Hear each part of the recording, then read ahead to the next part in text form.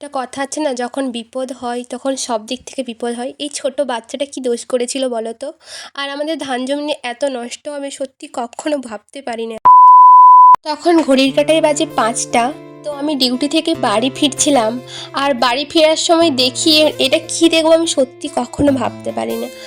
মাঠে যেয়ে দেখি ধানগুলো সব নুয়ে গেছে, মানে নষ্ট হয়েছে কত। তো সেই মন খারাপ নিয়ে বাড়ি চলে গিয়েছিলাম।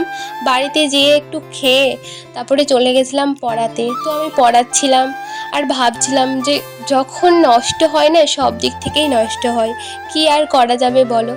তারপরে পড়ানো শেষে দেখি একটা লেবু গাছে একটা ছোট চোরা, আমি তো দেখে অবাক হয়ে গেলাম। তারপরে একটা সাপ আসছিল, আর একটু হলেই বাচ্চাটাকে নিয়ে চলে যেত।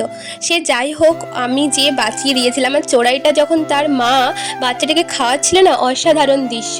মানে আমরা যখন ছোট ছিলাম মা আমাদেরকে এভাবে খাওয়াতো। মানে ক্ষতি হওয়ার সময় কি সব সময় ক্ষতি হয়? বাড়িতে এসে আমার আরেকটা পড়ানো ছিল, তো সেই জন্য আমি পড়াতে বসে গিয়েছিলাম। আর কোনো না কোনো দিন একজন হলেও পড়া না করে নিয়ে আসবেই। মাথাটা তখনই আরও বিশেষ করে গরম হয়ে যায়। তো মাথাটা গরম হয়ে গেলে আমার এত পরিমাণে মাথা যন্ত্রণা করে না, আর বলার নেই। তো যারা পড়ায় তারা নিশ্চয়ই জানে যে কতটা বকতে হয় একটা স্টুডেন্টের সাথে।